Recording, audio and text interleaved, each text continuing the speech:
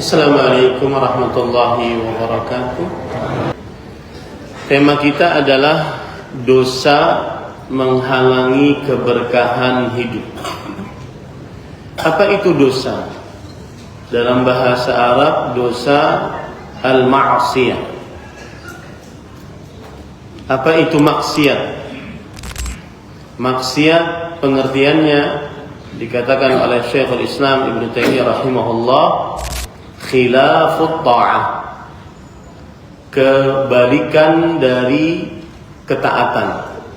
Itulah dosa, itulah maksiat. Penyelisihan terhadap ketaatan, itulah maksiat. Apa itu ketaatan? Ketaatan ada dua, fi'lu al-ma'mur wa tarku al-mahdhur, mengerjakan yang diperintah dan meninggalkan yang dilarang di dalam syariat Islam. Berarti dosa atau maksiat adalah melalaikan yang diperintah dan melanggar yang dilarang. Karena kita katakan tadi maksiat artinya adalah khilafut ta'ah, penyelisihan terhadap ketaatan. Dan ketaatan maknanya adalah mengerjakan yang diperintah, menjauhi yang dilarang. Berarti maksiat adalah pelalaian ataupun meninggalkan yang diperintah dan melanggar yang dilarang. Perbuatan inilah yang menghalangi keberkahan hidup. Timbul lagi pertanyaan, apa yang dimaksud dengan keberkahan hidup? Keberkahan hidup, berkah diambil dari kata barakah. Barakah adalah sebuah kata dari Arab yang huruf dasarnya ba, ra, dan kaf, yang maknanya adalah yang pertama an-numu wa ziyadah, pertumbuhan dan perkembangan, pertambahan, pertumbuhan dan pertambahan. Seperti misalkan Allah berfirman di dalam Al-Quran, inna awwala baitin wudi'a lin-nas lalladzi bi Bakkata mubarakan. Sesungguhnya rumah pertama yang diletakkan untuk manusia sebagai tempat ibadah berada di kota Bakkah, nama lain dari Mekah, penuh dengan berkah. Penuh dengan berkah. Nah, kata-kata penuh dengan berkah surat Ali Imran ayat 96, maksudnya berkata para ahli tafsir, di antaranya Imam Al-Qurtubi rahimahullah, fal barakah ja'alahu Allahu mubarakan, ay ja'alahu Allahu ziyadatan litadha'ufil amali fi. Allah menjadikan beribadah di Baitullah, di Masjidil Haram, penuh dengan berkah. Kenapa? Karena beramal di dalamnya dilipatkan pahalanya. Fal barakah kathratul khair, kata beliau. Maka berkah adalah kebaikan yang banyak dan terus bertambah. Kebaikan yang banyak dan terus bertambah. Apabila dikatakan tadi dosa atau maksiat menghalangi keberkahan hidup, berarti maksud dari tema kita adalah akibat perbuatan dosa, maka kebaikan-kebaikan yang harusnya didapati oleh seorang hamba akhirnya tertahan. Kebaikan-kebaikan yang banyak yang harusnya didapati oleh seorang hamba akhirnya tertahan. Itu salah satu makna keberkahan, yaitu ziyadatul khair wa dawamu, ziyadatul khair wa kathratul khair wa ziyadatuhu. Kebaikan yang banyak dan terus bertambah. Akibat orang bermaksiat, akibat melakukan dosa, maka yang ada adalah dihalangi keberkahan hidupnya, dihalangi kebaikan-kebaikan yang dia dapat, baik untuk urusan dunia atau untuk urusan akhirat. Dan kita akan contohkan nanti. Makna keberkahan yang lain adalah thubutul khair wa dawamuhu. Artinya kebaikan yang tetap dan terus menerus ada. Kebaikan yang tetap dan terus menerus ada. Allah Subhanahu wa taala berfirman dalam surat Al-A'raf ayat 137. ثم أورثنا القوم الذين كانوا يستضعفون مشارق الأرض ومغاربها التي باركنا فيها. Dan kami wariskan kepada kaum yang tertindas negeri-negeri bagian timur, artinya mereka nanti akan menguasai bagian timur, dan juga negeri-negeri bagian barat yang telah kami beri berkah padanya. Bagian barat yaitu Syam, Libanon, Suriah, Palestina, Yordania. Tanahnya penuh dengan berkah, subur. Zaitun berasal dari sana, kurma juga berasal dari sana, penuh dengan berkah. Maka Imam Ibnu Jarir At-Tabari rahimahullah ketika mengomentari ayat ini, beliau mengatakan, fal barakah ja'alahu Allah subhanahu wa ta'ala thabitan daiman li ahliha. Allah menjadikan keberkahan, kebaikan tetap dan terus menerus. Maka arti berkah yang kedua adalah kebaikan yang tetap dan terus menerus ada. Berarti kalau kita kaitkan dengan tema kita, dosa, maksiat menghalangi keberkahan hidup, berarti akibat perbuatan dosa, akibat perbuatan maksiat, akibat perbuatan melalaikan perintah syariat atau melanggar larangan syariat, maka dia akhirnya kebaikannya tidak tetap. Kadang ada, kadang tidak ada. Kadang hilang kebaikan hidupnya, baik hidup di dunia ataupun hidup di akhirat. Itulah makna dari tema kita. Dan ini semua tujuan dari tema ini adalah agar kita takut kepada Allah untuk bermaksiat. Jangan bermudah-mudah melalaikan perintah, melanggar larangan. Terkhusus yang sudah lama duduk di majelis ilmu, merasa ilmunya sudah banyak, merasa menjadi ahlu sunnah, sudah mengamalkan sunnah, sudah mengkaji tauhid. Jangan pernah ujub dengan petunjuk yang Allah Subhanahu wa taala berikan. Karena berbeda orang yang berdosa sesudah dia mengetahui ilmunya dengan orang yang berdosa yang tidak mengetahui ilmunya. Lebih besar dosanya orang yang berdosa yang mengetahui ilmunya hal tersebut adalah diperintahkan lalu dia lalaikan, atau dia mengetahui itu terlarang lalu dia langgar. Lebih besar lagi dosanya dibandingkan orang yang ini tidak tahu perintah, tidak tahu larangan, lalu dia lalaikan perintah, lalu dia langgar larangan. Ada yang bertanya, kalau begitu Ustaz kita nggak usah nuntut ilmu aja biar nggak tahu. Jawabannya, kalau tidak menuntut ilmu akan jadi kaum Nasrani yang beramal tanpa ilmu. Makanya Sufyan bin Uyainah rahimahullah, seorang tabi'ut tabi'in, berkata, man fasada min ulama'ina fa fihi syabahun bil yahud wa man fasada min ubadina fa fihi syabahun bin nasara.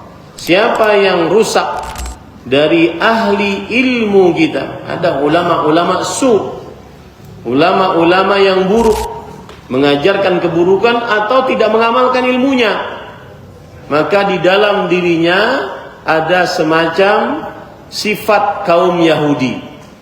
Kaum Yahudi itu tahu tentang nabi terakhir, sifat-sifat mereka.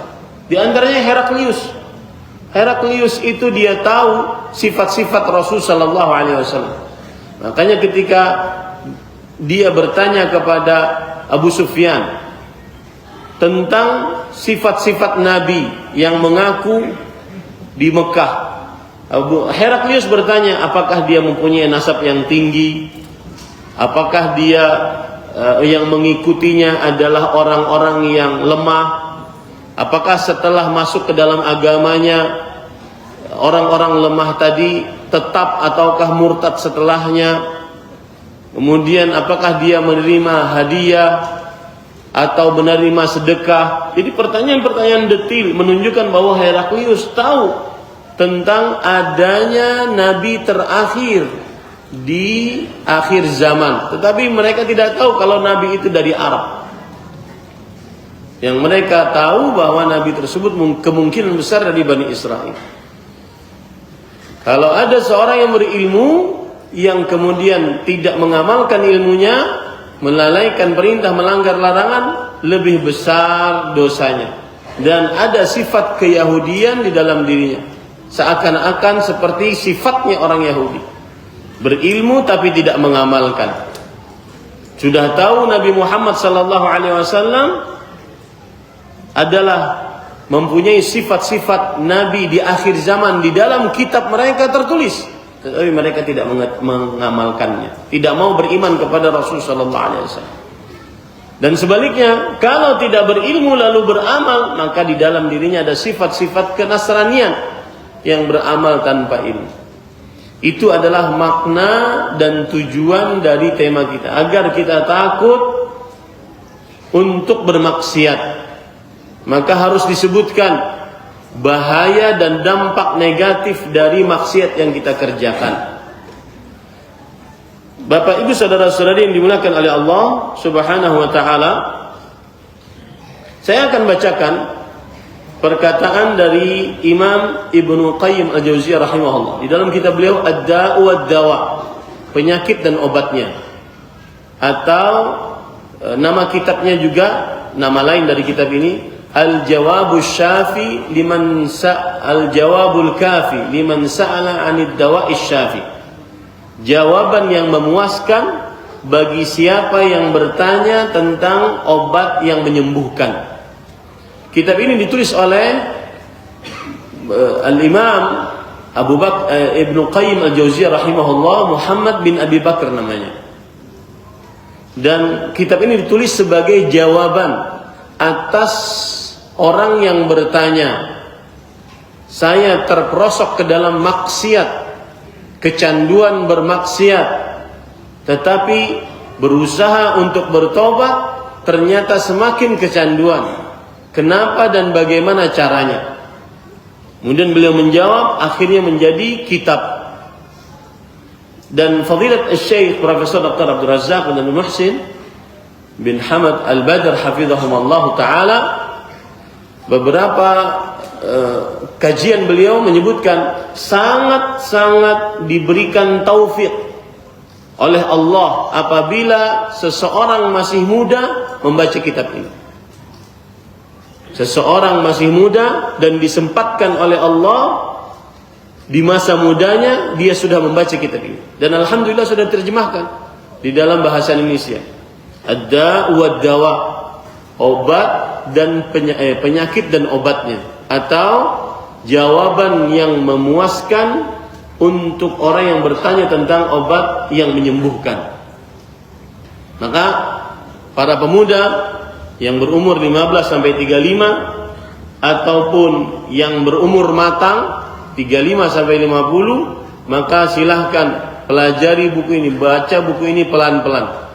Di dalam buku ini ada sebuah pasal yang menyebutkan tentang dampak negatif dari dosa dan maksiat, yaitu tema kita, dosa menghalangi keberkahan hidup. Saya bacakan, beliau menulis mengatakan begini, wa min uqubatiha, termasuk daripada siksa dari dosa dan maksiat adalah annaha tamhaqu barakatal umur, bahwa dosa dan maksiat menghabiskan, menghancurkan keberkahan umur.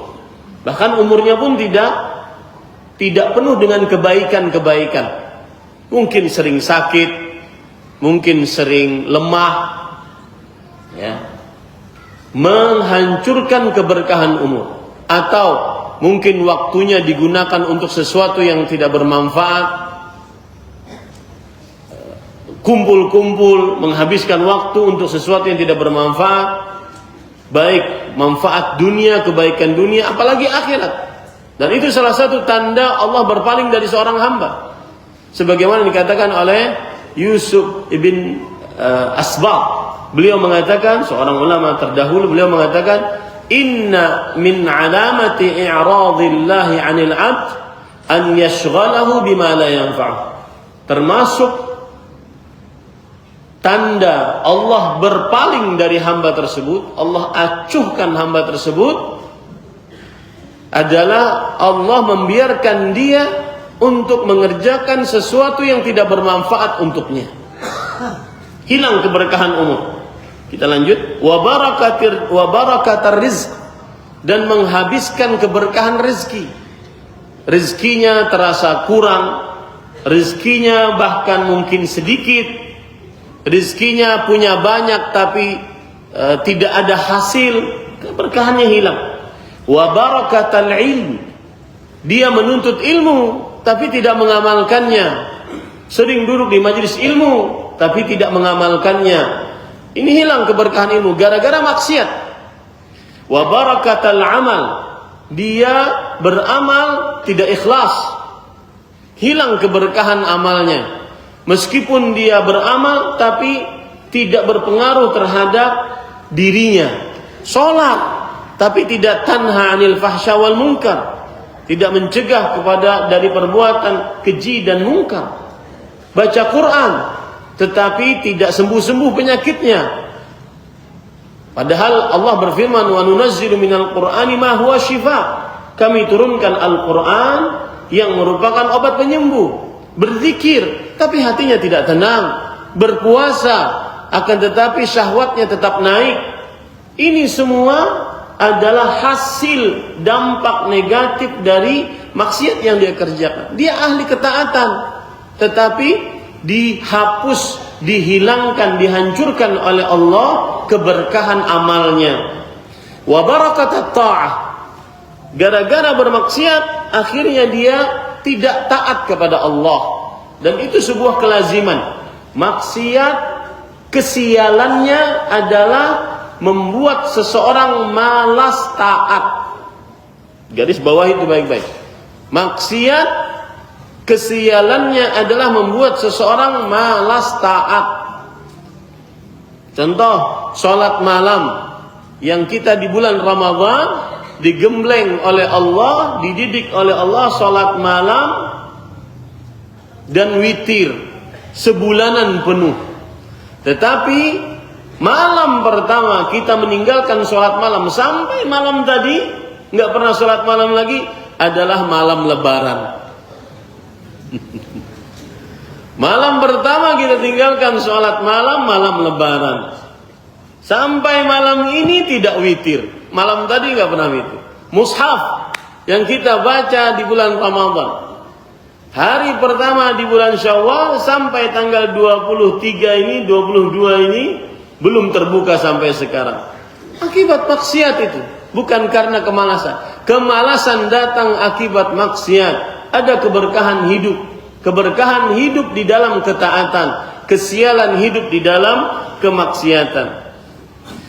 Makanya beliau kemudian mengatakan, wabil jumlati tamhaqu barakatad dini wad dunya. Dan secara ringkas, maksiat, dosa, melalaikan ketaatan, melanggar larangan adalah menghapuskan keberkahan agama dan keberkahan dunia. keberkahan agama dan keberkahan dunia. Beliau berkata, "Fala tajidu aqalla barakatan fi umrihi wa dinihi wa dunyahu mimman 'asallah."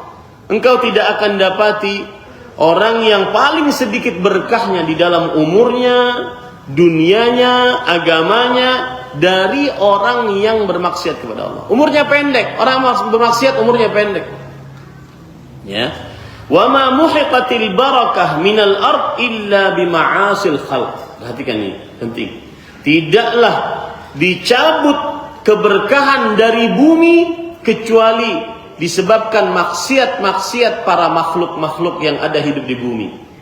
Allah berfirman dalam surah Al-A'raf ayat 96. Beliau bawakan surah Al-A'raf ayat 96. Walau anna ahlal qura amanu wattaqau lafatahna alaihim barakatin minas sama'i wal ard walakin kadzdzabu fa akhadnahum bima kanu yaksibun. Kalau seandainya penduduk negeri beriman, bertakwa.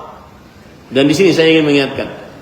Ayo, berimanlah kita, bertakwalah kita lebih sebagai rakyat. Boleh kita memberikan nasihat kepada pemimpin-pemimpin kita. Tetapi kita terlebih dahulu berimanlah kita, bertakwalah kita. Maka apa kata Allah Subhanahu wa taala? La fatahna. Pasti. Lam di sini lamut taukid. Pasti kami akan bukakan untuk mereka keberkahan dari langit dan dari bumi. Ini para ikhwan dirahmati oleh Allah Subhanahu wa taala. Keberkahan akan ada dalam ketaatan dan itu susah untuk difikirkan secara matematik dunia. Apa hubungannya sholat dengan lancarnya rezeki, sehatnya badan? Itu susah untuk dihubungkan. Apalagi ditinjau dari ilmu kedokteran. Ya, di media sosial sekarang banyak sekali edukasi dari dunia kedokteran. Para dokter, jazakumullahu khairan. Terima kasih banyak kita ucapkan, mudah-mudahan menjadi amal saleh. Tapi saya ingin ingatkan mereka agar diselipkan apabila menasihatkan tentang agar sehat, diselipkan sehat bukan tujuan. Sehat adalah sarana agar bisa taat. Ya, siapa saja yang hadir dari para dokter di sini yang sering memberikan edukasi di media sosial agar sehat, jangan makan ini, jangan makan itu, tidur jangan begadang dan seterusnya lah. Maka diselipkan sehat adalah sarana untuk bisa taat sehingga dapat nikmat akhirat. Nah, tuh catat. Sehat agar bisa taat, agar dapat nikmat akhirat. Kemudian nasihat juga nih sedikit menyimpang tentang edukasi kesehatan, ya. Jangan sampai melarang yang dihalalkan. Misalkan kerupuk, enak kerupuk itu. Jangan dilarang. Yang nggak ada nutrisi, nggak ada gizi, nggak ada proteinnya katanya. Enak seblak, enak itu.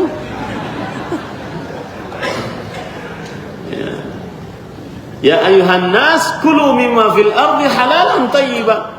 Wahai manusia, makanlah apa yang ada di bumi yang halal dan baik. Jangan dilarang. Ya asalkan tidak banyak-banyak. Rasulullah SAW bersabda, "Kulu washrabu walbasu wa tasaddaqu min ghairi saraf wala makhila." Makanlah sesukamu, minumlah sesukamu, asal yang halal ya. Kemudian bersedekahlah sesukamu, berpakaianlah sesukamu, tanpa dua hal, berlebih-lebihan dan mendatangkan kesombongan. Itu yang tidak boleh. Jeroan enak itu.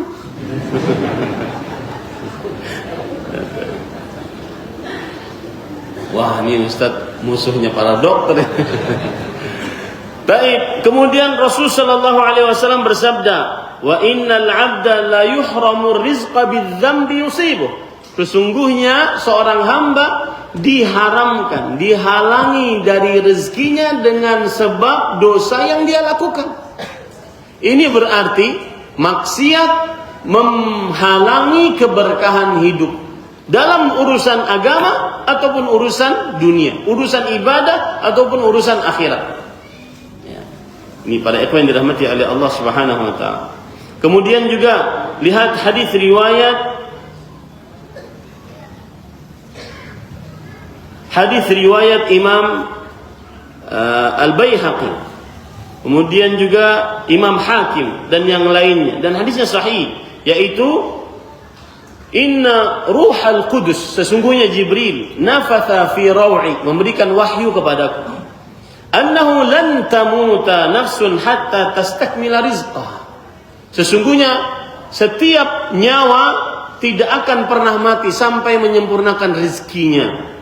Fattaqullah wa ajmilu fit talab, bertakwalah kepada Allah, takwa dulu, taat dulu, dan perbaguslah dalam mencari rezeki.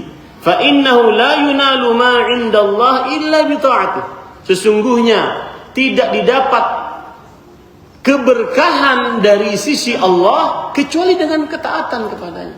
Pemahaman balik dari hadis ini bahwa seseorang diharamkan mendapatkan keberkahan dalam urusan rezekinya dengan kemaksiatan.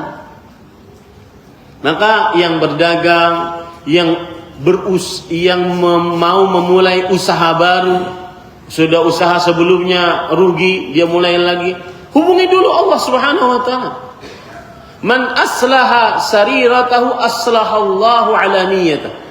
Imam Nuqayyim mengatakan, siapa yang memperbaiki hubungan rahasianya dengan Allah, maka Allah akan perbaiki hubungan yang nampaknya di hadapan Allah Subhanahu wa taala. Perbaiki dulu.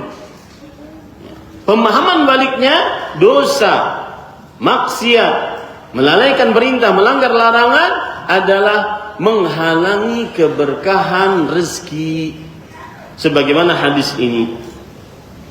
Dan sedikit menyimpang tentang rezeki, hadis ini pada ikhwah merupakan dalil tegas bahwa kita tidak perlu khawatir tentang rezeki, karena sudah dibagikan oleh Allah Subhanahu wa taala. Sebagaimana perkataan Abdullah bin Mas'ud radhiyallahu anhu, "Innallaha qassama bainakum akhlaqakum kama qassama bainakum arzaqakum." Allah telah membagi di antara kalian akhlak kalian. Si fulan penyabar, si fulan temperamental, si fulan penuh syukur, si fulan penuh kufur, si fulan pemaaf, si fulan pendendam. Itu sudah dibagi oleh Allah. Sebagaimana Allah telah membagi rezeki kalian. Si fulan kaya, si fulan miskin, si fulan setengah kaya, setengah miskin.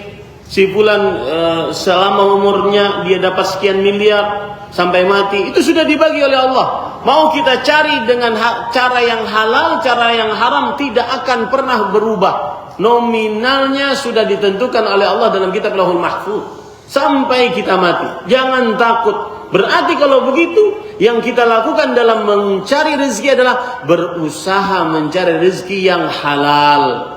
Karena rezekimu baik dengan cara yang halal atau yang haram tidak akan pernah berubah. Yakin itu baik-baik. Bahkan perhatikan baik-baik.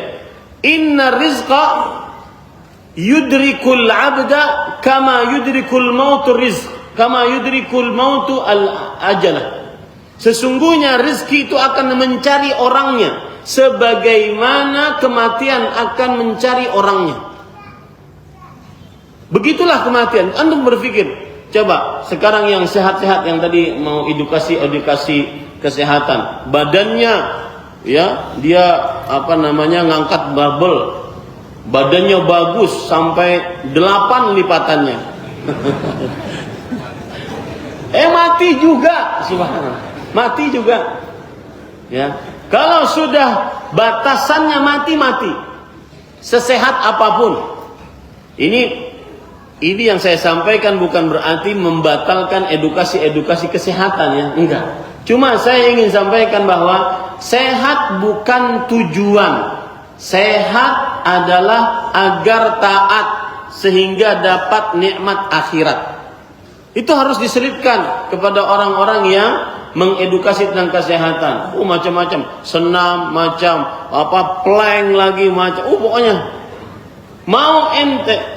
Saya pernah dikatakan teman saya, Al-Ustaz Al-Fadhil, mungkin sering beliau kajian juga sini, akhi fillah, saudara saya karena Allah, Ustaz Fadhil Abu Abdul Muhsin Dr. Firanda Andazi hafizahullah. Beliau mengatakan waktu dulu masih gemuk, beliau mengatakan, "Din, itu ikan paus sehat." Apain kurus-kurus. Maksudnya para ikhwah harus dikenalkan bahwa kesehatan untuk taat agar dapat nikmat akhirat. Bukan sehat tujuan, bukan sarana dia. Maka jangan takut tentang rezeki. Rezeki itu mencari kita sebagaimana kematian mencari kita. Sebagaimana kematian mencari kita. Tetapi perkataan ini bukan berarti tidak usaha. Karena kita diperintahkan oleh Rasulullah SAW, i'malu fakullun muyassarun lima khuliqalah. Semuanya sudah tertulis wahai Rasulullah, kata para sahabat. Penanya sudah diangkat, lembaran di Lauhul Mahfuz sudah kering. Untuk apa beramal? Nah, kita katakan Rasulullah SAW bersabda, beramallah karena kalian akan dimudahkan sesuai dengan apa yang ditakdirkan oleh Allah Subhanahu wa ta'ala. Kita tidak tahu takdir kita apa. Kita tidak tahu hari ini dapat rezeki berapa. Maka beramallah agar kita tahu dapat rezekinya berapa. Nah, para ikhwan yang dirahmati oleh Allah Subhanahu wa ta'ala, ini perhatikan perkataan yang lain. Beliau mengatakan, walaysat ini perhatikan yang workaholic, yang pagi siang sore malam dunia aja dalam hidupnya, nggak pernah duduk di majelis ilmu, tidak pernah baca mushaf, baca Quran, kemudian kalau sholat cepat-cepat, tidak ada ba'diyah qabliyah. Kenapa? Karena pelanggan nunggu dan seterusnya. Lihat, perhatikan baik-baik. Beliau mengatakan, walaysat sa'atur rizq wal amal bikathratihi. Bukanlah luasnya rezeki dan banyaknya amal, banyaknya perbuatan itu dengan, saya ulangi, bukanlah luasnya rezeki dengan banyaknya usaha. Karena sudah ditentukan oleh Allah Subhanahu wa taala. Wala tulal umur bi kathrati syuhur wal a'wam. Bukanlah panjangnya umur dengan banyaknya bulan dan umur, walakin sa'atur rizq wal umur bil barakati fi. Tetapi panjangnya umur dan luasnya rezeki yang sebenarnya adalah ketika umur itu ada berkahnya, ketika rezeki itu ada berkahnya. Orang punya rumah megah, mobil mewah, harta bertumpuk ruah, dolar, real, rupiah, emas, perak, dia punya semua. Imam Ibnu Qayyim mengatakan itu bukanlah harta yang banyak kalau tidak ada berkahnya. Begitu juga sehat badan atletis. Ada sebagian ustadz, ada sebagian orang lah, nanti sebagian ustadz ini dituju lagi kepada yang lain. Ini susah ngomongnya. Kalau ada sebagian orang bisa lari 5 kilo di videoin. Sudah 5 kilo, ngapain nanti videoin, ngapain? Ya. Kemudian bukanlah sehat badan pada panjangnya umur, bukanlah sehat jasmani pada panjangnya umur, akan tetapi pada keberkahan di dalam sehat tersebut. Seperti ceritanya Syekh Abdul Razak bin Abdul Muhsin. Ini ada 2 cerita berkaitan dengan beliau. Saya waktu beliau kesini, kemudian jadi tim lekat. Suatu ketika kita ke hotel menemui seorang pendakwah yang cacat, tidak bisa bangun, tetapi beliau berdakwah kemana-mana. Lihat, cacat tubuhnya, tapi bisa berdakwah kemana-mana. Datang Syekh, saya di belakang, kemudian orang tersebut minta maaf. Mohon maaf saya tidak bisa bangun untuk menyambut engkau. Kata Syekh, perkataan beliau, perhatikan. Al-i'aqah laysat fil atraf, innamal i'aqah fil qulub. Saya dari dulu mencanangkan, mendapatkan pelajaran bahwa cacat bukan pada anggota-anggota tubuh, tetapi cacat sebenarnya adalah pada qalbu. Banyak orang yang sehat, banyak orang yang panjang umurnya, banyak orang yang sehat matanya, sehat telinganya, sehat kakinya, tapi dia tidak pergi ke masjid, tidak baca Quran dengan matanya, lisannya sehat tidak bisa baca Quran, telinganya sehat mendengar hal-hal yang diharamkan. Ini bukan keberkahan hidup namanya, bukan keberkahan kesehatan namanya. Dan cerita yang kedua, beliau di Masjid Nabawi melihat seorang, beliau sebutkan dalam cerita itu orang Indonesia, yang mana dia berdiri di dalam bulan Ramadan di atas satu kaki sholat. Saya baca satu juz, dia masih berdiri. Berarti orang ini sholat dengan membaca satu juz. Dia masih berdiri, lalu setelah itu ruku, lalu setelah itu sholat seperti biasa. Sholatnya lama. Dari situ kata beliau, saya mendoakan orang tersebut sudah memberikan pelajaran kepada saya yang berarti. Pelajarannya adalah yang saya sebutkan tadi. Al-i'aqah laysa fil atraf, innamal i'aqah fil qulub. Yang cacat sebenarnya bukan pada cacat anggota tubuh. Cacat sebenarnya pada cacat iman. Berapa banyak orang yang cacat anggota tubuhnya tetapi lebih banyak ibadahnya, hidupnya penuh dengan berkah. Matanya sehat tetapi tidak banyak hafalan Al-Qur'annya.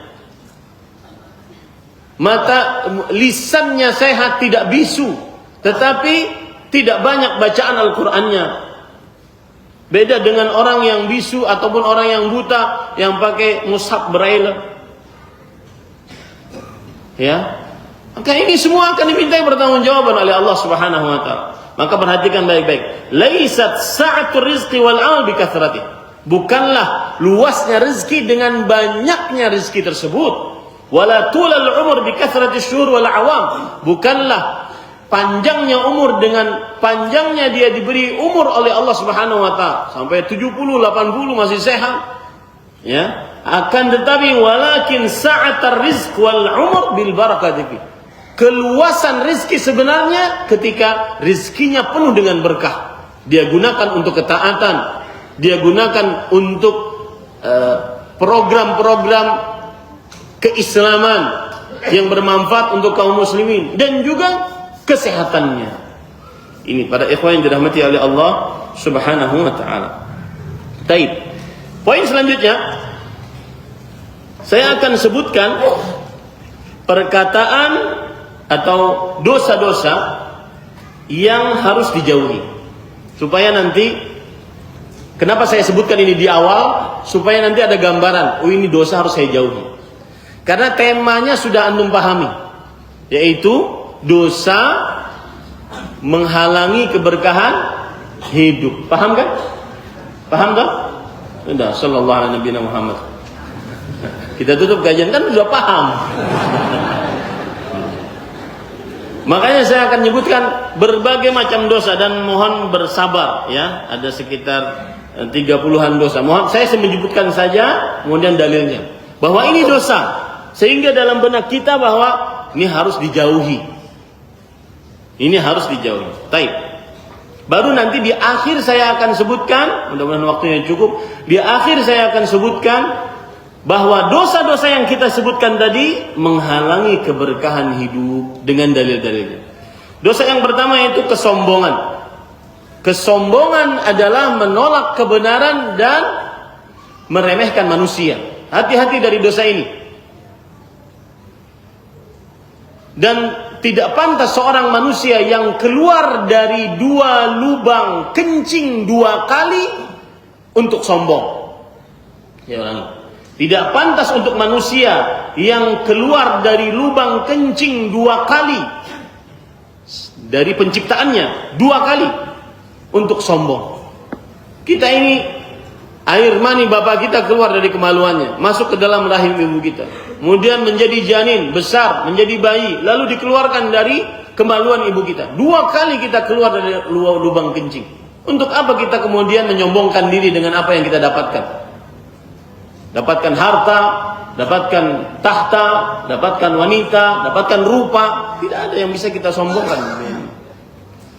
Dan ini dosa besar. Rasul sallallahu alaihi wasallam bersabda, "La yadkhul jannata man kana fi qalbi mithqalu dzarratin min kibr." Tidak masuk ke dalam surga siapa saja yang di dalam kalbunya seberat zarrah. Zarrah itu ada yang mengatakan semut kecil, ada yang mengatakan debu-debu yang berterbangan. Dari kesombongan. Hati-hati sifat sombong, terutama yang diberikan kelebihan. Kelebihan harta, kelebihan tahta, kelebihan wanita. Hati-hati yang diberikan kelebihan, ya. Jangan sampai sudah banyak kejadian yang diberikan kelebihan wanita nanti berkurang, cerai dan seterusnya. Jangan sombong. Jangan sombong. Ya. Dan semua kelebihan tinggi badan, melihat yang pendek. Kelebihan berat badan. Jangan sombong melihat yang ceking. Ya. Karena yang menjadi ukuran adalah apakah itu berat badan nanti bisa menambahkan timbangan di akhirat atau tidak. Wah, berarti kita ditimbang, Ustaz. Iya, kan ada hadis Rasul sallallahu alaihi wasallam, "Innahu la ya'ti ar-rajulu as-saminul 'azim la yazinu 'inda Allah janaha ba'udah." Nanti pada hari kiamat akan datang orang besar, gemuk, tetapi beratnya di timbangan tidak ada seberat sayap nyamuk. Beda dengan Abdullah bin Mas'ud ketika naik pohon, kemudian ditertawakan oleh sahabat-sahabat Rasulullah SAW. Kenapa? Karena betisnya sangat kurus. Kata Rasulullah SAW, "Mimma tadhakun?" Kenapa kalian tertawa? Kemudian kata para sahabatnya, "Min diqqati saqain." Karena saking kurusnya ceking kurus betis beliau wahai Rasulullah SAW. Kedua betis beliau. Kata Rasul sallallahu alaihi wasallam, "Lahuma fil mizan athqalu min Uhud." Sungguh dua betis tersebut di dalam timbangan di hari kiamat lebih berat daripada beratnya gunung Uhud. Ada sebagian yang menghitung gunung Uhud dengan lebar 7,5 km, dengan panjang 7,5 meter, kemudian lebarnya 2 meter, tingginya sekitar 1 km sekian, dengan jenis batu andesit, kemudian pendekatannya bentuk limas. Ada yang menghitung 18,819 miliar ton. Dua betisnya lebih berat daripada itu. Jadi para ikhwah yang gemuk-gemuk jangan sedih. Karena kadang-kadang repot banget. Gimana Ustaz mau kurus? Yang paling utama, kurus atau gemuk bisa ibadah enggak? Alhamdulillah dapat jawaban Ustaz. Jadi enggak usah kurus-kurus juga gitu. Kadang-kadang stres mau gemuk mau kurus. Ente ibadah enggak dengan kegemukanmu atau kekurusanmu? Itu yang paling utama. Ya, itu yang paling utama. Berarti saya dapat jawaban nih Ustaz katanya.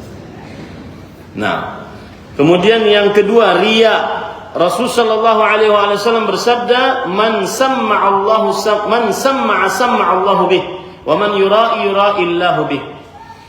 Yang artinya, siapa yang memperdengarkan suaranya kepada orang lain agar dipuji, Allah akan hinakan dia. Dan siapa yang memperlihatkan amalannya kepada orang lain padahal dia bisa tutup agar dipuji, maka Allah akan hinakan dia. Riya adalah beramal, memperlihatkan amal untuk dilihat agar dipuji, atau memperbagusnya. Jadi 2 poin riya itu. Memperlihatkan amal atau memperbagusnya agar dilihat sehingga dipuji manusia. Kalau seandainya ingin dilihat agar jadi contoh, beda hal. Ya, beda permasalahan. Yang ketiga yaitu dusta, al-kadzib. Hati-hati, jangan sampai seseorang berdusta. Bahkan untuk membuat orang tertawa jangan berdusta. Wailun lilladzi yuhadditsu bil hadits liyudhhika bihi al-qaum fayakdzib, wailun lahu wailun lahu. Neraka wail bagi orang yang berbicara agar orang lain tertawa, tapi dengan dusta. Celaka baginya, celaka baginya. Jangan dusta, jangan dusta. Al-mu'min la yakdzib, orang beriman tidak berdusta. Rasul sallallahu alaihi wasallam juga bersabda, "Innal kadziba yahdi ilal fujur." Ini sebuah kepastian. Dusta menghantarkan kepada keburukan. Itu pasti, tidak mungkin ada kebaikan dari dusta. Wa innal fujur yahdi ilan nar. Keburukan menghantarkan kepada neraka. Wala yazalu ar-rajulu yakdzib wa yataharra al-kadzib hatta yuktaba 'inda Allah kadzdzaba. Masih saja orang berdusta, kemudian dia akhirnya menjadi tukang dusta di sisi Allah Subhanahu wa taala. Artinya apa? Sekali berdusta sekali berdusta maka dia akan terbiasa berdusta. Jangan sampai berdusta para ikhwah yang dirahmati oleh Allah Subhanahu wa taala. Kemudian termasuk daripada dosa yang sering terjadi adalah an-namimah, mengadu domba. Rasulullah SAW bersabda, la yadkhul jannata nammam, tidak masuk ke dalam surga nammam, orang yang mengadu domba. Apa pengertian mengadu domba namimah? Naqlu kalamil ghair ilal akhar yufsida bainahuma, memindahkan kalam seseorang kepada yang lainnya untuk menghancurkan hubungan keduanya.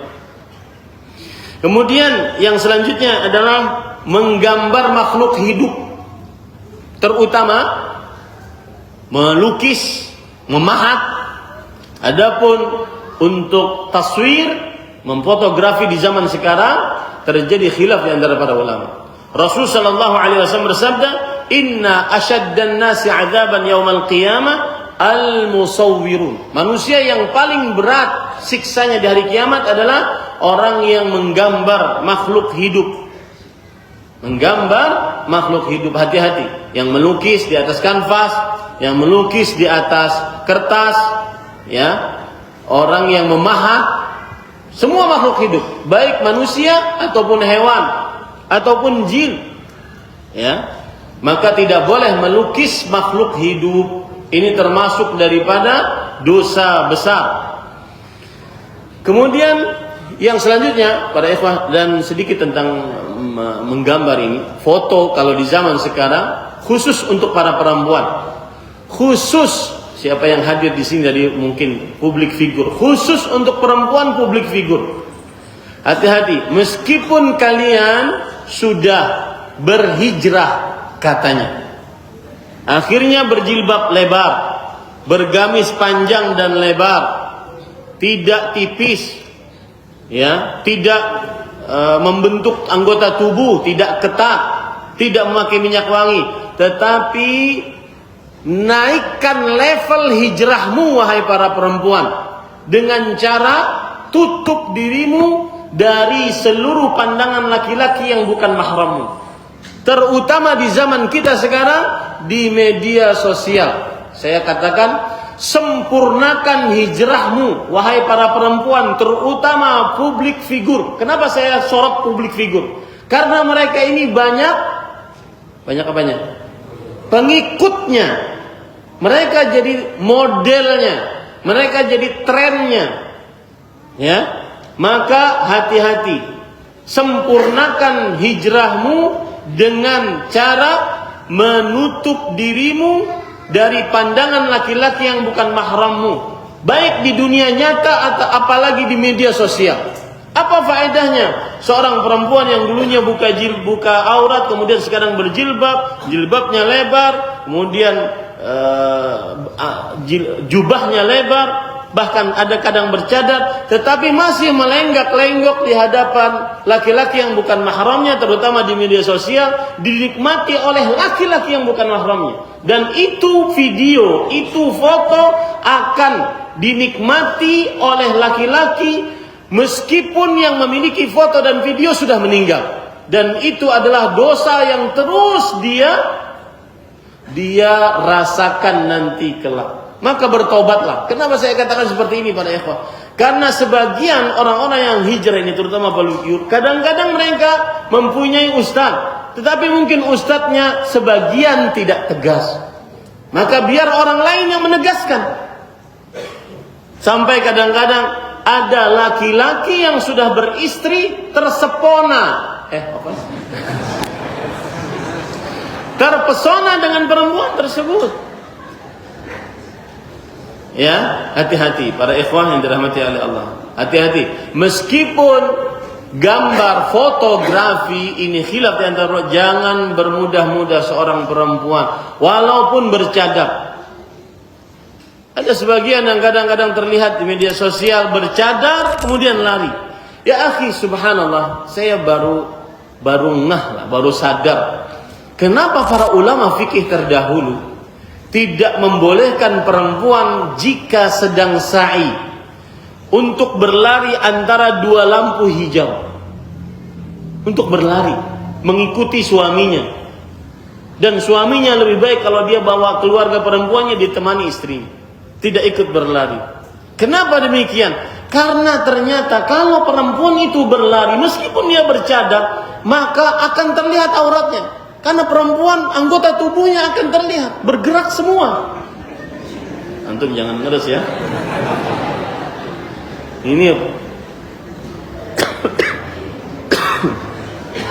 Ini adalah contoh saja.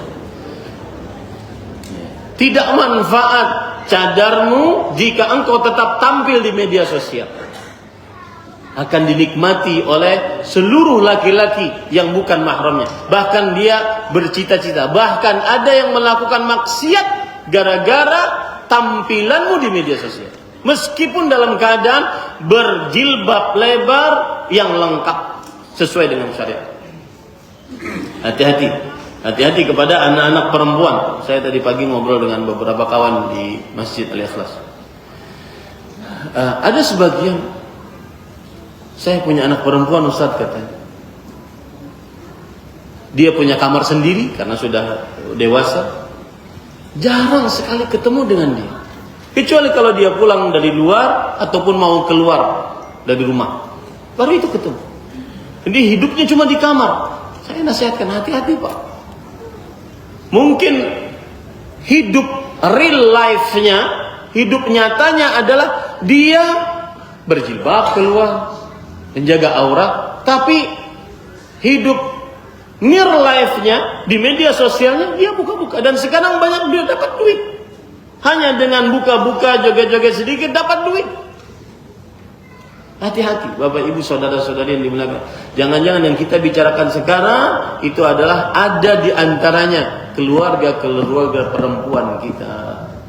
Nah, kemudian ghibah, termasuk dosa adalah ghibah. Dzikruka akhaka bima yakrah, kata Rasulullah SAW. Menyebutkan keburukan saudaramu dengan sesuatu yang dia benci. Maka ini termasuk daripada dosa besar, ghibah. Ya, apalagi kadang-kadang menghibah. Kenapa?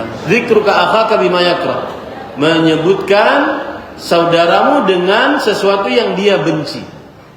Menyebutkan saudaramu dengan sesuatu yang dia benci. Dan tidak di hadapannya. Itulah ghibah. Dan ini di zaman sekarang hati-hati. Kalau menghibah satu orang mungkin kita bisa minta halal. Tapi kalau menghibah satu negara, satu suku, dasar Arab, itu seluruh orang Arab minta pertanggungjawaban kelak di hari kiamat. Ya, dasar Jawa, itu seluruh orang Jawa yang beragama Islam minta pertanggungjawaban kelak di hari kiamat. Ghibah internasional. Hati-hati pada ikhwan. Kemudian yang selanjutnya, ini termasuk daripada yang sering terjadi zaman sekarang adalah al-la'n, mencaci, berkata kasar, berkata kotor. Rasul sallallahu alaihi wasallam bersabda, la'nul mu'min kaqatlih. Yang artinya mencaci, melaknat, menghina, merendahkan orang beriman seperti membunuhnya. Di zaman sekarang kata-kata kasar sangat mudah keluar dari orang yang marah. Berbeda dengan zaman dahulu. Ya, kalau sudah marah, kesenggol dikit motornya, langsung keluar seluruh hewan di kebun binatang. Ya, umpatan, cacian, makian, subhanallah.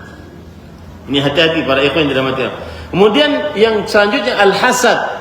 Iyyakum wal hasad, fa innal hasad ya'kul hasanat kama ta'kulun narul hatab. Yang artinya jauhi oleh kalian sifat hasad. Bahasa Indonesianya iri atau dengki. Sesungguhnya hasad menghapuskan kebaikan sebagaimana api membakar kayu bakar. Tidak tersisa kebaikannya. Bakar kayu bakar. Kayu bakar yang dibakar tidak akan bisa diambil manfaatnya. Ini para ikhwan dirahmati oleh Allah Subhanahu wa taala. Hasad artinya adalah tamanni zawalim ni'manil ghair. Berangan-angan nikmat orang lain hilang dari dirinya, dari orang lain tersebut. Itulah hasad. Misalkan ada teman nikah yang kedua, yang ketiga, hasad dia. Mudah-mudahan cerai loh. Hasad. Anjir. Baik. Kemudian yang ketiga, yang keberapa tuh? Itu berarti Ustaznya sudah lapar kayaknya.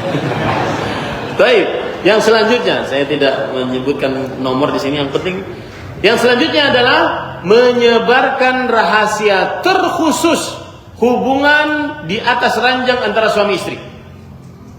Ini dosa. Dan begitu banyaknya di zaman sekarang di media sosial. Orang berhubungan di atas ranjang, baik itu permulaannya ataupun hal-hal yang menjurus kepada kepemikiran ke sana, itu diharamkan untuk diperlihatkan. Rasul sallallahu alaihi wasallam bersabda, "Inna min asyarrin nasi 'indallahi manzilatan yaumal qiyamah ar-rajulu yufdi ila imra'atihi wa tufdi ilaihi thumma yanshuru sirraha." Sesungguhnya orang manusia yang paling buruk di sisi Allah kedudukannya pada hari kiamat, seseorang yang menggauli istrinya, istrinya melayani suaminya, kemudian ia sebar rahasia pergaulan tersebut. Tidak boleh, Pak. Walaupun dengan isyarat. Walaupun dengan isyarat. Ya, tidak boleh cerita, apalagi sampai divideokan. Enggak boleh. Di zaman Rasul sallallahu alaihi wasallam beliau mengatakan, jangan-jangan laki-laki di antara kalian menceritakan apa yang dia lakukan kepada istrinya. Orang-orang pada terdiam. Para sahabat Nabi yang di hadapan semuanya terdiam.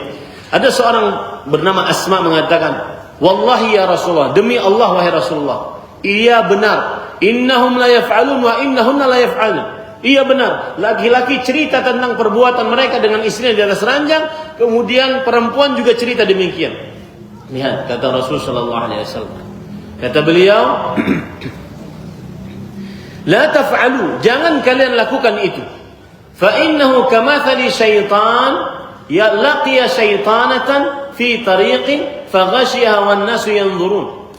Dia seperti setan laki-laki ketemu dengan setan perempuan di jalan, kemudian dia bergaul, orang-orang pada nonton. Itulah perumpamaan orang-orang yang membuat konten-konten di media sosial yang mengangkat syahwat. Karena hal-hal yang berkaitan dengan hubungan di atas ranjang diperlihatkan. Macam-macam lah. Ini tidak boleh, para, dan harus ada yang nahi mungkar akan hal ini. Jangan dibiarkan itu terjadi. Harus ada yang nahi mungkar. Tidak boleh. Apalagi kadang-kadang konten seperti itu banyak yang nonton, dia dapat AdSense. Haram penghasilannya. Haram penghasilannya. Kenapa? Karena menghasilkan dari perbuatan yang diharamkan dalam agama. Nah, kemudian selanjutnya riba. Nah, terserah ente deh berapa ini nomornya. Ya, riba. Dosa selanjutnya adalah riba. Riba macam-macam. Contohnya, riba hutang, itu riba jahiliyah. Tambahan pada hutang. Berhutang 1 juta dibayar 1.200.000. Atau riba pengakhiran, yaitu seseorang membeli emas, kemudian dia sudah dapatkan emasnya, nanti besok baru dibayar uangnya. Ini enggak boleh, riba. Riba pengakhiran namanya, riba nasi'ah. Ada riba fadl, ada riba nasi'ah. Riba fadl adalah riba tambahan. Seperti seseorang nyicil barang, kalau tidak sesuai dengan waktu penyicilan dibayar lagi, riba. Termasuk di dalamnya judol atau pinjol, maksud saya. Pinjol, pinjaman online, itu riba. Ya. Pinjol untuk judol. Wah, itu mantap gitu.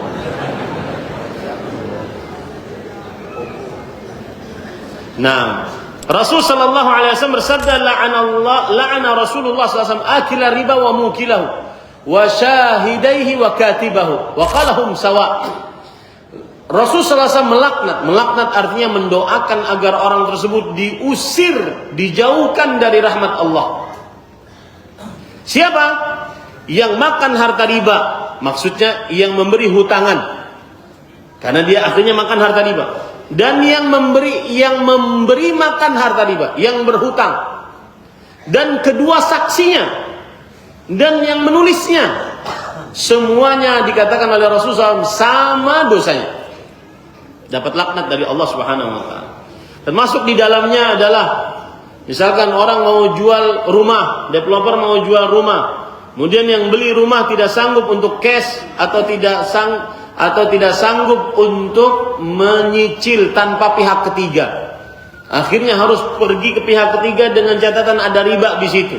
Ini yang punya rumah yang mau jual juga termasuk di dalamnya, dia akan kena riba.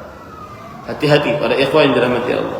Termasuk di dalamnya adalah idmanul khamr, yaitu kecanduan minuman yang memabukkan. Rasul sallallahu alaihi wasallam bersabda, la yadkhulul jannata sahibu khams mudminu khamr. Tidak akan masuk ke dalam surga 5 orang. Yang pertama adalah kecanduan minuman yang memabukkan. Dosa selanjutnya menuntut ilmu karena dunia, hanya ingin dunia, tidak ada niatan akhirat di dalamnya. Dan termasuk menuntut ilmu karena dunia adalah ingin popularitas, ingin dikatakan alim, ingin bisa mendebat orang ahli ilmu, ingin bisa merendahkan orang bodoh. Ini termasuk menuntut dunia untuk menuntut ilmu untuk dunia.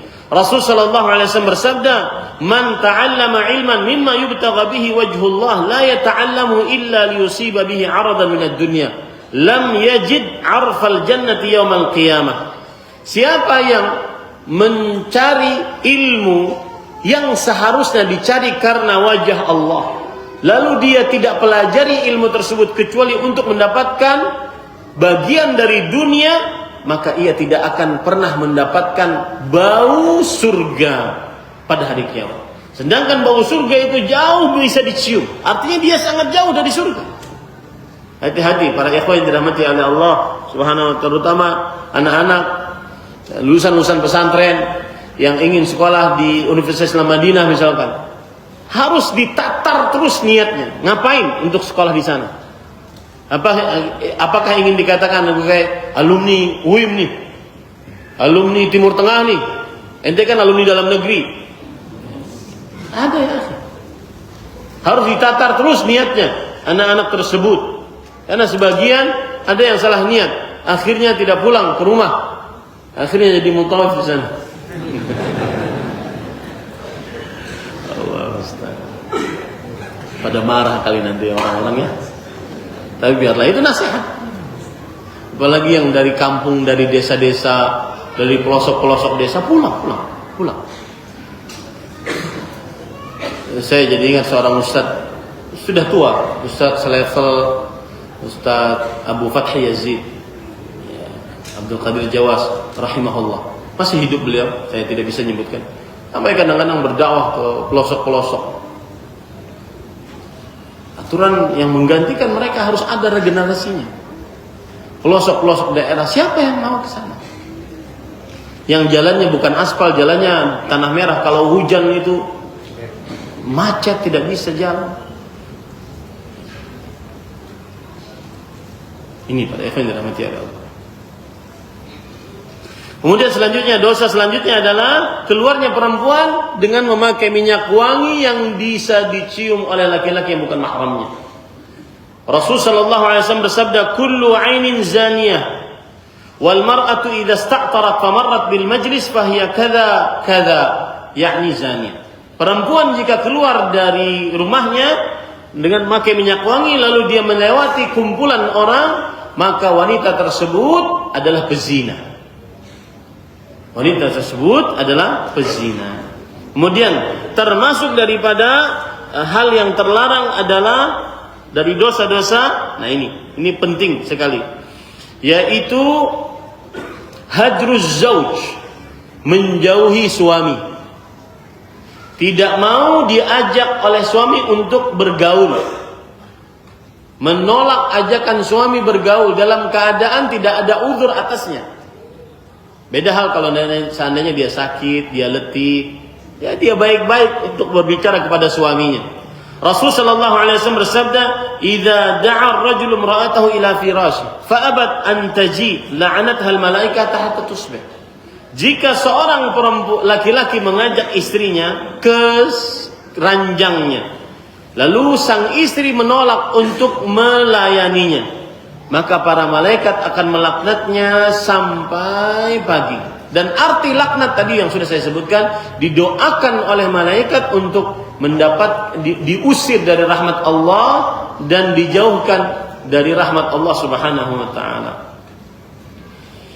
Termasuk di dalamnya adalah dosa yang selanjutnya, berfatwa tanpa ilmu.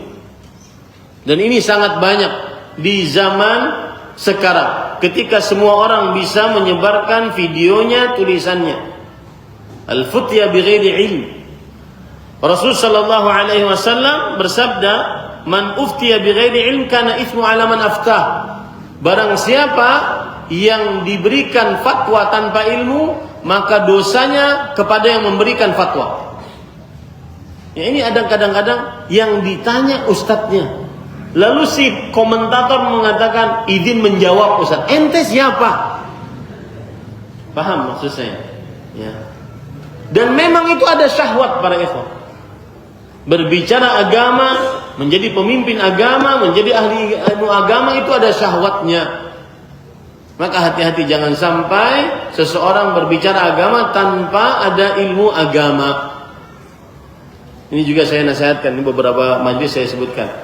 Misalkan, saya tidak menyebut siapa orangnya. Misalkan dia ahli herbal, maka kalau belum belajar ilmu bahasa Arab, ilmu nahwu, ilmu sharaf, ilmu tafsir, ilmu usul tafsir, usul hadis, usul fikih, ilmu sejarah, jangan jadi penceramah agama. Biarkan dia sebagai ahli herbalis saja. Paham maksud saya? Itu nasihat. Nasihat kepada jamaahnya, para ikhwah yang dirahmati oleh Allah Subhanahu wa taala. Ketika masjid seperti ini diadakan kajian, maka kajilah ilmu-ilmu yang bermanfaat, yang lebih prioritas. Di antaranya perkara akidah, perkara tauhid, perkara ibadah, perkara menjauhi dosa. Itu lebih utama dibandingkan ilmu-ilmu untuk meracik bumbu. Dijadikan sebagai kajian di masjid-masjid agar sehat. Ini yang saya katakan. Ya, paham ini para ikhwan? Saya tidak menuduh orang macam-macam, tetapi ini nasihat. Dan ad-din nasihat. Agama itu diambil tegak karena nasihat. Bukan terlarang ya, bukan haram. Misalkan ahli herbal misi antum, ya bagaimana misalkan agar sehat dan tidak sakit. Itu kan hal yang berkaitan, mungkin bisa dibincangkan di lain majlis yang mulia seperti ini. Nah, tapi kalau sesekali tidak mengapa. Tapi kalau terus-terusan itu yang menjadi akar pembicaraan, maka lebih baik ada yang lebih urgen untuk dipelajari. Nah, wallahu a'lam. Kemudian termasuk di dalamnya adalah meminta talak dari suami tanpa sebab.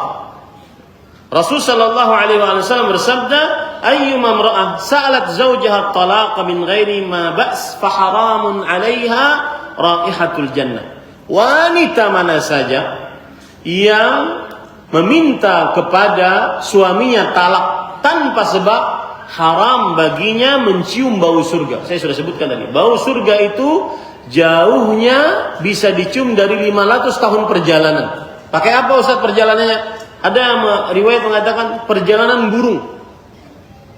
Itu saja sudah cepat. Ya, apalagi perjalanan pakai onta. Itu berarti lambat, berarti lebih jauh lagi.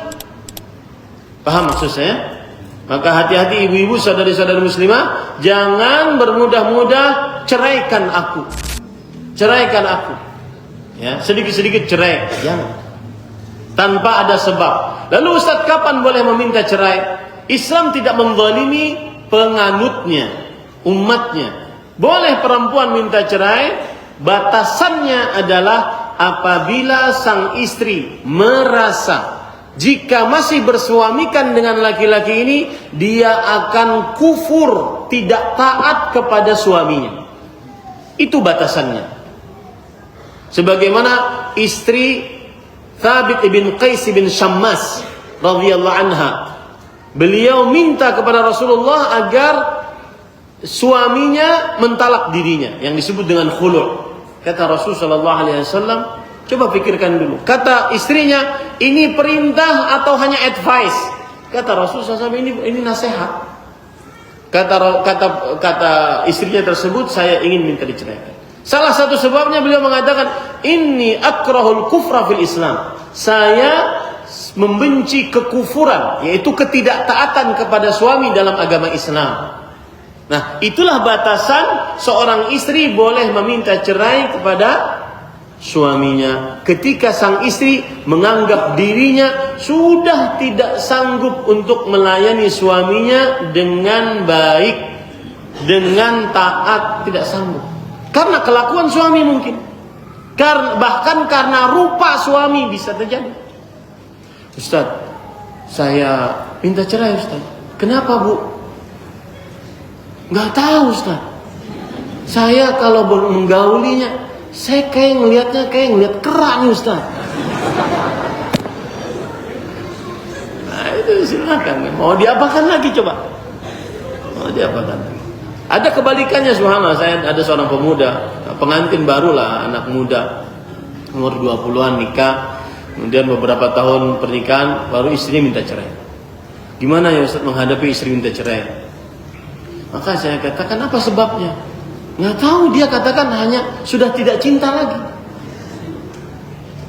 Maka saya bilang, ya nggak bisa dipaksa, orang sudah tidak cinta lagi. Mau diapakan? Sudah pertemuan dua keluarga besar, perempuannya sudah tidak mau lagi. Ini para ikhwan yang dirahmati oleh Allah Subhanahu wa ta'ala. Ini termasuk daripada dosa besar, karena diancam dengan dijauhkan dari surga. Termasuk daripada dosa besar adalah, ini banyaknya, ghasabul ard, mengambil tanah orang lain dari batasan yang semestinya. Man yaqtata'a shibran min al-ard zulman tawaqahu Allahu iyyah yaumal qiyamah min sab'i aradin. Siapa yang mengambil sejengkal dari bumi, dari tanah dengan kezaliman, maka Allah akan timpakan padanya pada hari kiamat dari 7 lapis bumi. 7 lapis bumi Allah timpakan. Padahal ngambil tanahnya cuma melebihkan seberapa? Sejengkal. Apalagi sampai bermeter-meter dan berhektar-hektar. Nah, selanjutnya termasuk daripada menyerupakan daripada dosa adalah menyerupakan diri dengan selain jenisnya dan dengan orang kafir. Ini termasuk daripada dosa besar. Lelaki menyerupakan diri dengan selain jenis lelaki, yaitu perempuan. Perempuan menyerupakan diri dengan selain jenis perempuan, yaitu laki-laki. Atau menyerupakan diri dengan laki-laki. Rasul sallallahu alaihi wasallam bersabda, la'ana Rasulullah sallallahu alaihi wasallam al-mutasyabbihati birrijal minan nisa. Rasul sallallahu alaihi wasallam melaknat, yaitu mendoakan diusir dari rahmat Allah perempuan-perempuan yang menyerupakan dirinya dengan laki-laki. Wal mutasyabbihina bin nisa minar rijal, dan laki-laki yang menyerupakan dirinya dengan perempuan. Kemudian penyerupaan diri laki-laki dengan perempuan itu bermacam-macam. Ada yang disebut dengan bencong. Ini laki-laki tulen, ya, berkumis, berjenggot, badan kekar, laki-laki tulen, tapi dia serupakan dirinya dengan perempuan. Ini sangat tercela. Kemudian ada yang laki-laki memang kemayu, wadam, wanita Adam. Artinya apa? Artinya dia laki-laki tapi tubuhnya gemulai, kemudian ngomongannya lemah gemulai. Maka ini ujian bagi dia. Jangan sampai dia ikuti hawa nafsunya. Jangan sampai dia berkata, ini semuanya salah Allah. Kenapa? Raga saya salah tempatnya. Nah, ini keliru. Ujian dari Allah Subhanahu wa taala, tidak boleh dia ikutkan akan hal tersebut. Ya. Ada yang ketiga, mukhannats. Mukhannats ini seperti yang saya sebutkan tadi yang kedua, afwan. Mukhannats ini seperti yang saya sebutkan kedua. Dia memang gemulai, dia memang diberikan oleh tubuh oleh Allah, suaranya juga seperti suara perempuan, tetap dia tidak boleh menyerupakan dirinya dengan perempuan. Mukhannats. Apalagi yang tadi, yang lelaki tulen tadi. Ya. Itu tetap tidak, itu lebih lagi tidak boleh. Yang seperti ini saja mukhannats tidak boleh. Ada lagi namanya khuntha. Khuntha muskil. Khuntha itu adalah seorang yang memiliki kemaluan. Dua kemaluan. Ada seperti itu? Ada, Ustaz. Ya, ada. Saya pernah ditanya oleh orang, Ustaz, saya tidak mempunyai kemaluan laki-laki dan ada kemaluan perempuan. Tetapi anggota tubuh saya tanya, gen antum apa? Kelaki-lakian atau keperempuan? Karena dia nanya, saya ini laki-laki atau perempuan ya Ustaz? Iya. Antum jangan tertawakan karena ini kan ujian dari Allah SWT. Antum enak, lengkap gitu. Memang laki-laki gitu. Memang perempuan jelas gitu maksudnya. Ada orang yang dapat ujian dari Allah SWT. Maka dia nanya, saya ini laki-laki atau perempuan ya Ustaz? Kenapa memang? Kemaluannya ada dua Ustaz. Ada kemaluan laki-laki dan ada kemaluan perempuan. Maka saya katakan, lihat postur tubuh antum. Maka, oh saya berkumis Ustaz. Saya berotot. Maka antum laki-laki. Ya. Ini pada ikhwan yang dirahmati oleh Allah Subhanahu wa taala. Maka hati-hati jangan sampai menyerupakan diri dengan laki-laki kalau dia perempuan dengan perempuan kalau dia laki-laki. Wah, banyak sekali ini. Taib, saya akan pilihkan yang sering terjadi. Nah, ini dia. Termasuk di dalamnya dosa yang terlarang yaitu berkhalwat, berdua-duaan dengan perempuan yang bukan mahramnya. Di zaman sekarang bisa di dunia nyata atau di media sosial melalui internet. Berdua-duaan dengan perempuan yang bukan mahramnya. Ini termasuk daripada dosa. Rasulullah SAW bersabda, "La yakhluwanna rajulun bimra'ah fa inna syaitan thalithuhuma." Jangan sekali-kali perempuan berdua-duaan dengan laki-laki.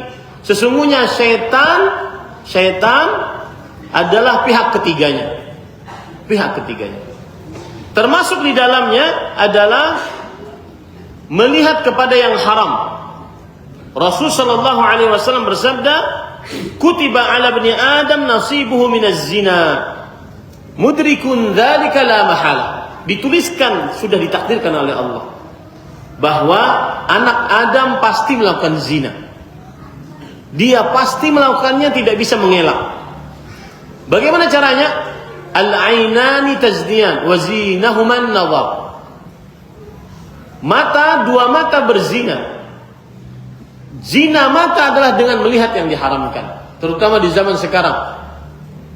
Ya, terutama di zaman sekarang sangat mudah untuk melihat yang haram. Bahkan ada teman saya berkata, kalau ada laki-laki di zaman sekarang yang bisa menundukkan pandangan dengan sebenar-benar penundukan, dia wali Allah itu.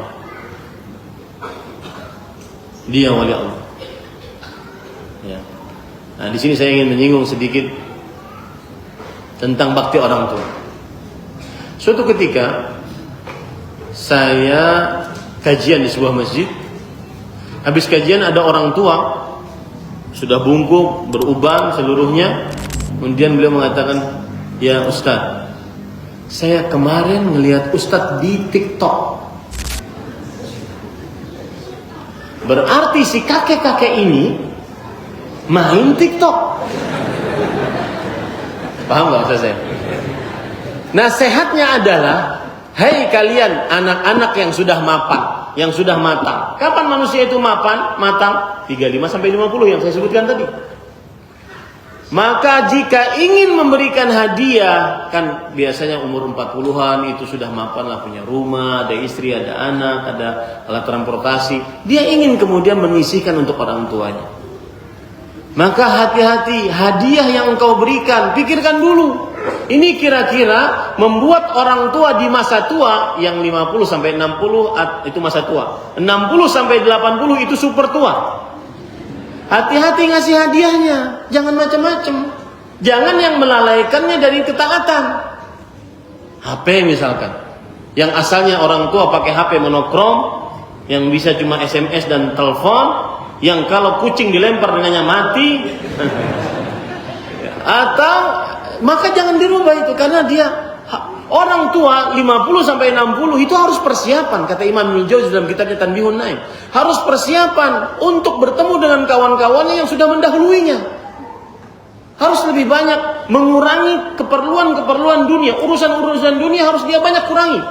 Yang ada adalah perbanyak ibadah, zikir, baca Quran, ke masjid, di atas sejadah, banyak sholat. Itu umur 50-60, apalagi yang super tua. Nah, kakek tadi sepertinya super tua, 60 sampai 80. Maka hati-hati, ya. Jangan sampai melalaikan orang tua kita gara-gara hadiah yang kita berikan. Bagus kalau seandainya yang ditonton adalah kajian-kajian seperti kakek tadi bilang. Tetapi bagaimanapun yang kalau sudah main, kita semua tahu lah, yang main media sosial tahu semua apa isinya. Ya.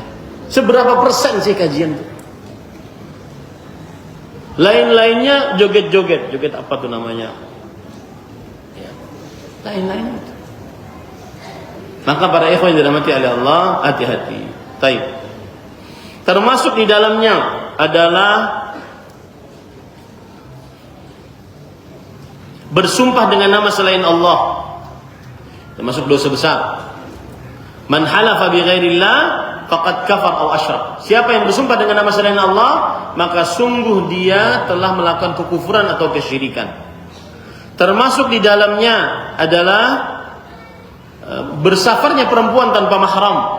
La yahillu limra'atin tu'minu billahi wal yawmil akhir tusafiru masirata yawm illa ma'a dhi mahram. Tidak halal seorang perempuan beriman kepada Allah dan hari akhir bersafar tanpa mahram. Berarti tanda keimanan bagi perempuan tidak bersafar tanpa mahram. Ya. Dan pendapat yang lebih kuat, meskipun haji dan umrah. Meskipun haji dan umrah yang wajib, saya lebih condong kepada pendapat tetap wajib dengan mahram. Ustaz, pihak negara sana yang mengadakan haji dan umrah membolehkan, itu bukan urusan kita. Apalagi nih saya dapat kabar, pihak negara sana sekarang membuka fakultas seni, musik, dan apakah kemudian menghalalkan musik? Enggak. Paham ini pada ikhwan yang dirahmati oleh Allah? Jadi kehalalan, keharaman berdasarkan Al-Quran dan Sunnah, bukan berdasarkan sebuah negara, dimanapun negara tersebut.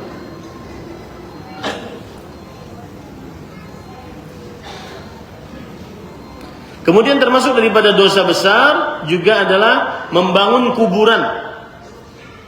Ada kuburan dibangun di atasnya, ya, di atasnya bangunan, baik itu masjid ataupun selainnya. Kadang-kadang kuburannya lebih dingin AC-nya dibandingkan masjid. Ini nggak boleh. Rasulullah SAW bersabda 5 hari atau 3 hari sebelum beliau meninggal. Ini menunjukkan bahwa hadis ini tidak ada penghapus hukumnya.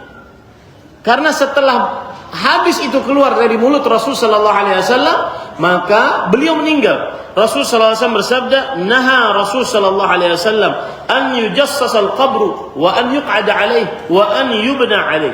Rasulullah SAW melarang untuk kuburan dikeramiki, diduduki di atasnya atau di sampingnya atau dibangun di atasnya. Tidak boleh, Pak. Ini dosa besar. Kemudian Rasulullah SAW juga bersabda, "La'natullah 'alal yahud wan nasara ittakhadhu qubura anbiya'ihim masajid." Allah melaknat atas kaum Yahudi dan Nasrani yang menjadikan kuburan nabi-nabi mereka atau orang-orang saleh mereka sebagai masjid. Fa inni anhaakum an dzalik. Coba apalagi yang lebih jelas dari perkataan ini? Aku larang kalian atas itu. Itu seperti matahari sekarang di siang bolong. Dan saya tidak habis pikir bagaimana nanti para ulama-ulama yang masih memperbolehkan untuk membangun masjid di atas kuburan atau memperbolehkan memasukkan kuburan ke dalam masjid. Tak boleh para ikhwan. Kemudian para ikhwan yang dirahmati oleh Allah Subhanahu wa taala, termasuk di dalamnya adalah mencuri. Mencuri dosa besar. Rasulullah SAW bersabda, "La yasriqus sariqu hina yasriq wa huwa mu'min." Yang artinya, tidaklah mencuri, seorang yang mencuri ketika mencurinya dalam keadaan beriman. Imannya sangat tipis saat dia mencuri. Kemudian selanjutnya adalah memutuskan hubungan rahim. Hati-hati ini para ikhwan. Memutuskan hubungan rahim. Lihat baik-baik hadisnya. Ya, lihat baik-baik hadisnya. Ma min dzambin, tidak ada dosa apapun ajdaru an yu'ajjilallahu li sabihil 'uquba fid dunya ma'a ma yudakhiru lahu fil akhirah min qati'atir rahim wal khiyanah wal kadhib. Tidak ada dosa yang Allah ingin segerakan siksanya di dunia, di samping juga disediakan siksanya di akhirat, yaitu dibandingkan dosa memutuskan hubungan rahim. Orang yang putus hubungan rahim itu hidupnya susah, enggak berkah. Bermasalah dengan orang tua, tidak tegur sapa dengan orang tua, tidak tegur sapa dengan adik kakak, sekandung, sebapak, seibu, tidak tegur sapa dengan paman, bibi, keluarganya bapak atau keluarganya ibu, tidak tegur sapa dengan keponakan. Itu semua rahim-rahim. Maka sambung hubungan rahim, karena memutuskan hubungan rahim disegerakan siksanya di dunia oleh Allah Subhanahu wa taala. Hati-hati para ikhwan yang dirahmati oleh Allah Subhanahu wa taala. Itu yang bisa disampaikan tentang dosa-dosa. Sekarang, apa dalil-dalil yang menunjukkan bahwasanya orang yang melakukan dosa dia akan terhalang dari berkah? Yang pertama, para ikhwan yang dirahmati oleh Allah Subhanahu wa taala, perhatikan baik-baik. Apa dosa pertama kali yang dimaksiati Allah Subhanahu wa taala di atas langit? Dosa apa? Dosa hasad. Hasadnya iblis kepada Adam. Apa keberkahan yang terhalang dari dosa si iblis ini?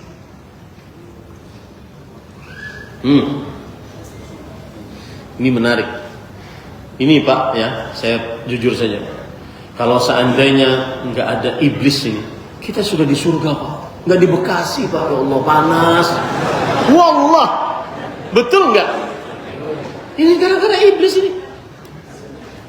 Gara-gara iblis. Dan itu disebutkan oleh para ulama. Ibrahim ibn Haddam rahimahullah mengatakan, "Nahnu naslun min nasril jannah. Sabana iblis minha bil ma'siyah."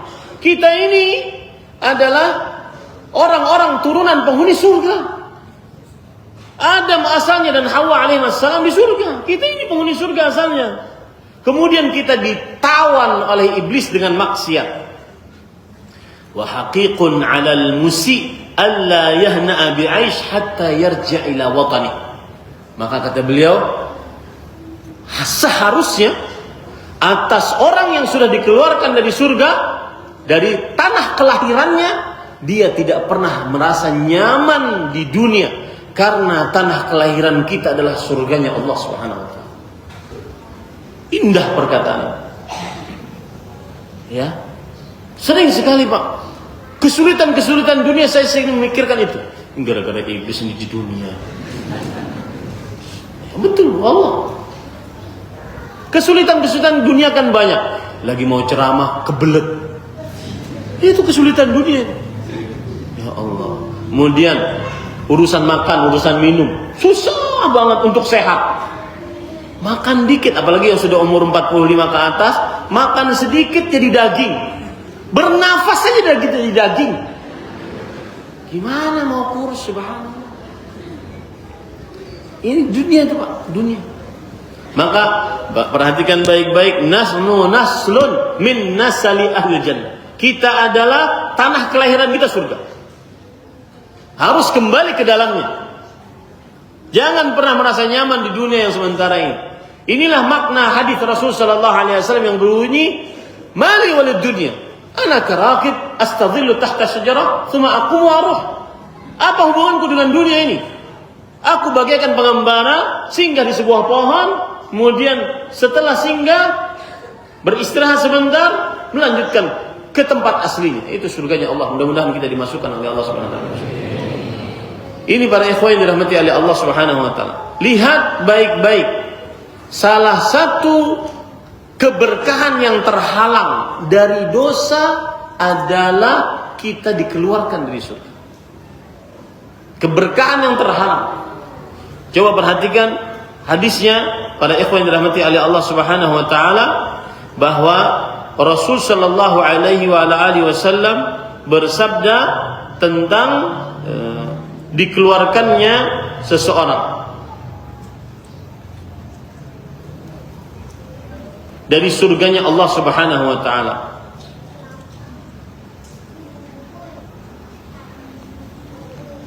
Itu bukan perkataan Nabi, tetapi perkataan para ulama. Awwalu dzammin usiyallahu bihi fis sama al-hasad. Dosa yang pertama kali Allah dimaksiati di langit adalah hasad. Hasad. Maka jauhi dosa hasad. Ya, jauhi dosa hasad. Ini saya sudah diberitahu oleh panitia, cukup Ustadz katanya. Belum selesai pertanyaan. Inti kajiannya enggak ada itu. Ya, tadi semua pendahuluan.